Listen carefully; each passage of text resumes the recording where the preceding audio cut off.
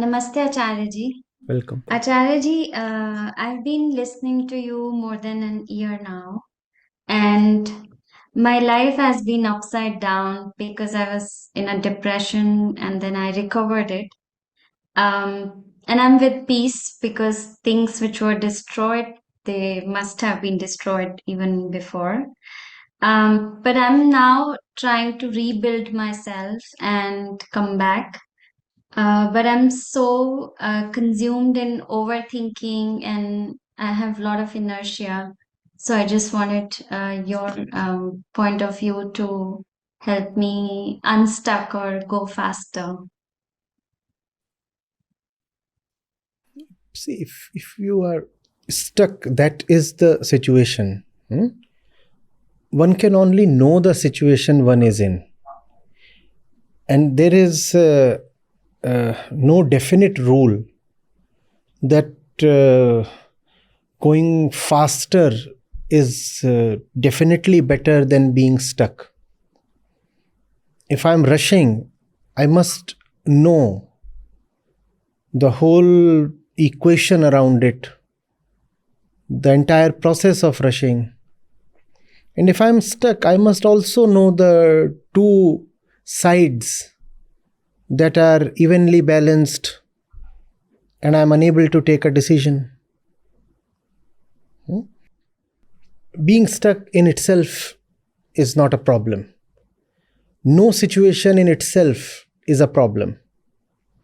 The problem lies not in any specific kind of situation, but in not knowing the situation.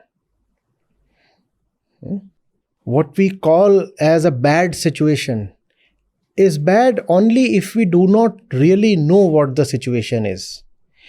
If what we call as a good situation is a very bad situation, if we do not understand where our concept of goodness is coming from.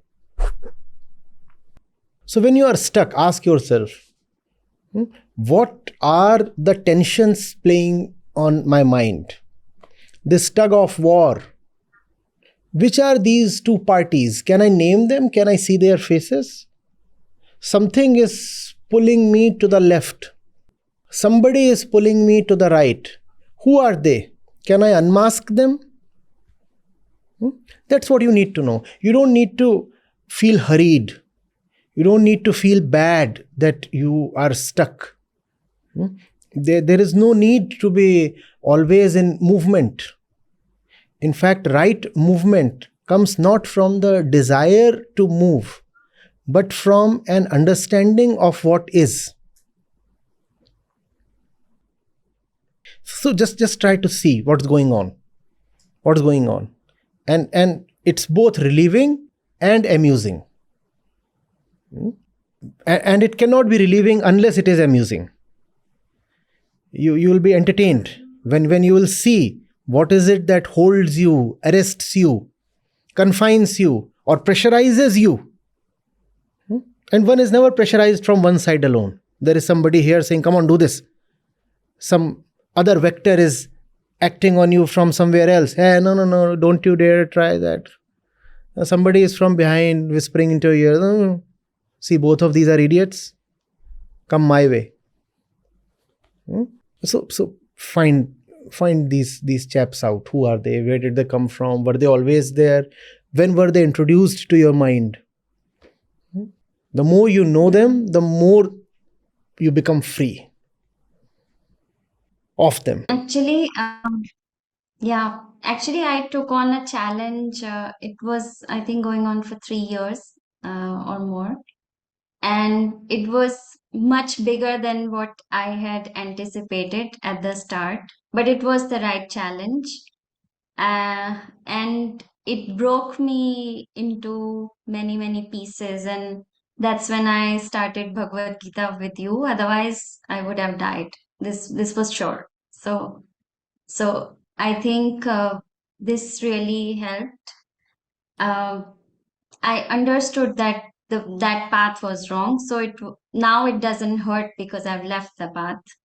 Yeah. But where I feel hurt is because I think that I have a lot of potential, and I don't know why I'm waiting to get it be manifested.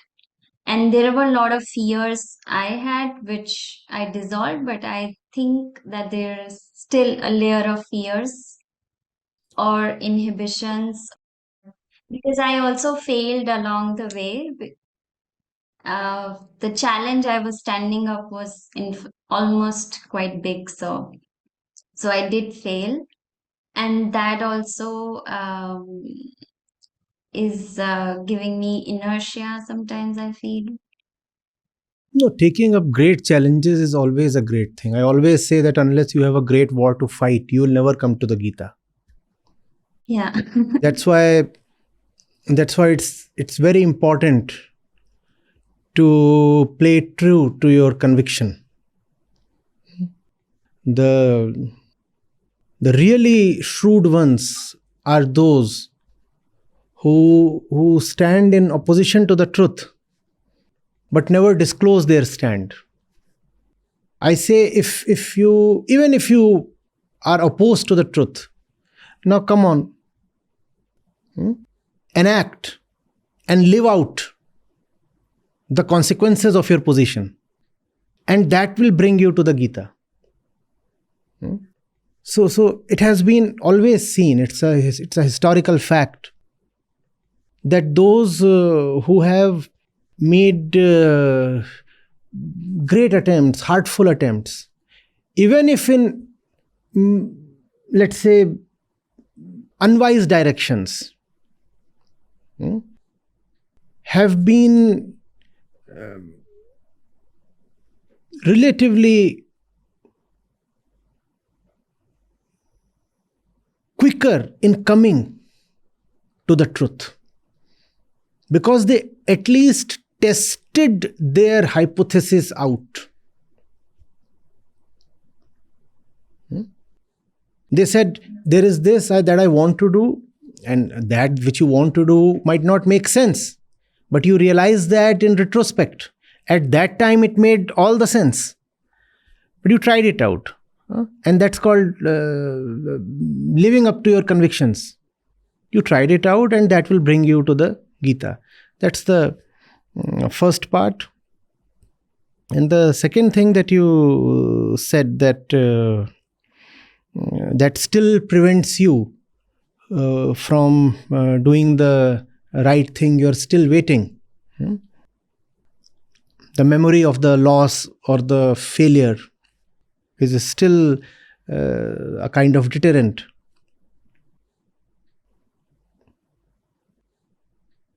You probably might have had personal experiences with such people. If not, then you would have seen them somewhere in literature or fiction. There are people you argue with. And when their argument is totally defeated, they still don't give up. They just keep murmuring something. Do you know of such people? Do you know of them? yeah. The person is totally gone. His argument is shredded. But he is still just randomly blabbering something. Not prepared to give up. What do? You wait for him to surrender, or do you move on? You move on. That's it. You must know that his argument holds no merit anymore. It's just that the fellow is too obstinate to accept his defeat. So he'll keep saying no. Like a batsman whose middle stump has been uprooted. But he says, yeah, I still need to face at least 10 more deliveries. You see, how can you just, ask me to walk back? He won't walk back. He'll be carried back. I know of many such people. Irrespective of how clearly you prove to them that they are losers, they are still very confident within themselves. What do? You stop proving anything to them anymore. You just walk past them. You say, sir, I'm done with you. Nothing can be proven to you. Such people do not live merely outside of us. They also live within us. in our own name, face, and form. And they keep presenting. You might have the noblest intention, but this doppelganger within you will keep murmuring something as if he still has a valid point, as if he still deserves to be heard. Hear him out, as long as there is some weight in her arguments. If there is some weight in the arguments of this inner lady, hear her out. But once you are reasonably certain that there is no more weight in what she is saying, and now she is just muttering something for the sake of it, it's time to stop listening. It's time to just do what you need to do. It's like standing on the edge of a cliff, ready to dive into the beautiful stream flowing underneath. You're standing there, ready to dive. And what is the inner lady still muttering? Everything is done. To come to that place, you have traveled as much as you needed to. You are wearing the right outfit. You have made all the preparations. Everything has been done. The temperatures are right. There is no obvious danger. The stream is beautiful. And you know how to swim. Still the inner lady is saying, and it is not good. But why are you saying it is not good? No, it is just not good. No, I don't like this. This is not good. This is not fair. Something. What do you do with this inner one? Let her keep saying what she has to. You close your eyes and just jump.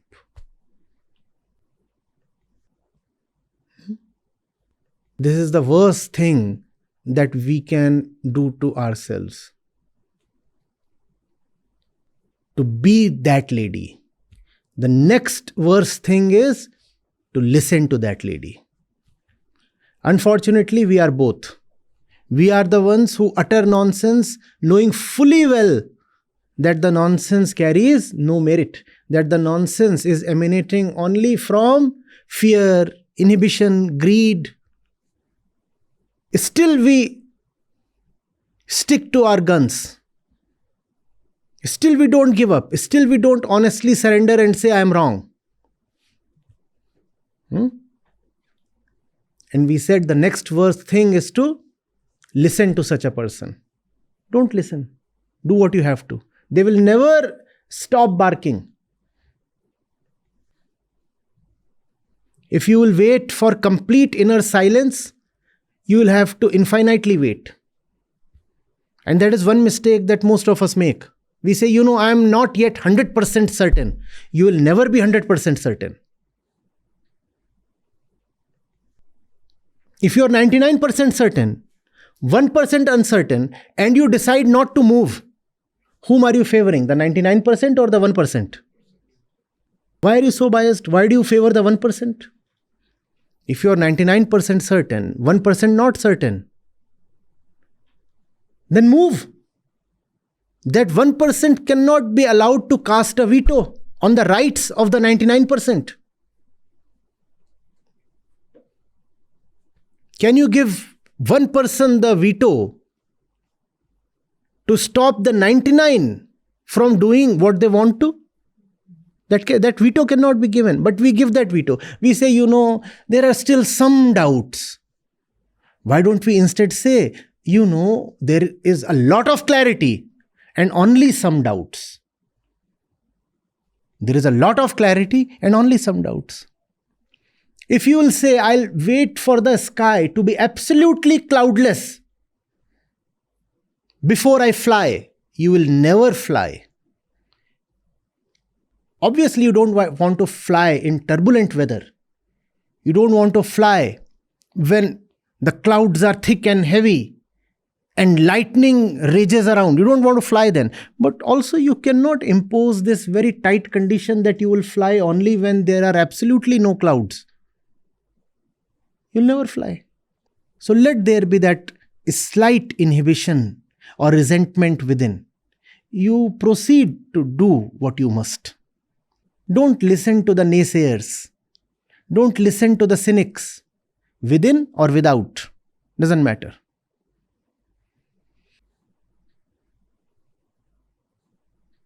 There is this beautiful excerpt. It's either from Lust for Life or The Agony and the Ecstasy. One of his two works, Irving Stone.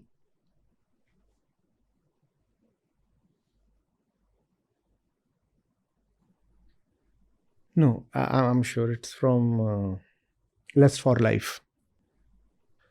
So the young Vincent asks Rembrandt, "How is a young man to be sure, sir?" This one is coming up as a painter. So he asks him, I might be missing the context or the characters. Huh? You fill in the blanks wherever I am missing them. But this is the theme of what I very impactfully remember. So this one asks him, how is a young man to be sure in life? And the teacher or the advisor or the senior friend, he responds, you can never be fully sure. You can never be fully sure. There would always be an iota of doubt. But you have to proceed to do what you believe to be right. If you wait for absolute clarity, you are just denying your own potential. Never wait for absolute clarity. It is never going to come. What in life can be absolute? Nothing.